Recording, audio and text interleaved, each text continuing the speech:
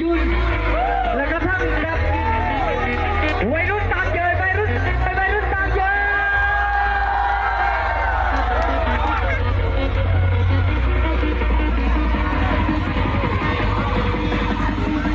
มาเลย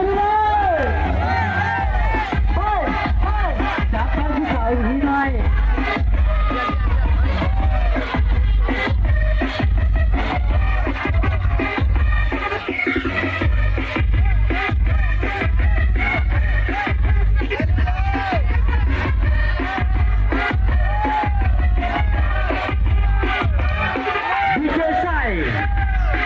จับไปชุดใส่รับสายปาร์ตี้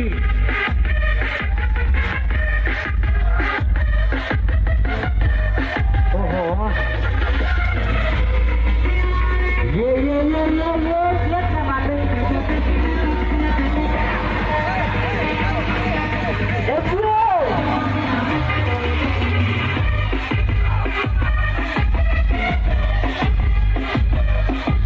เอาสาว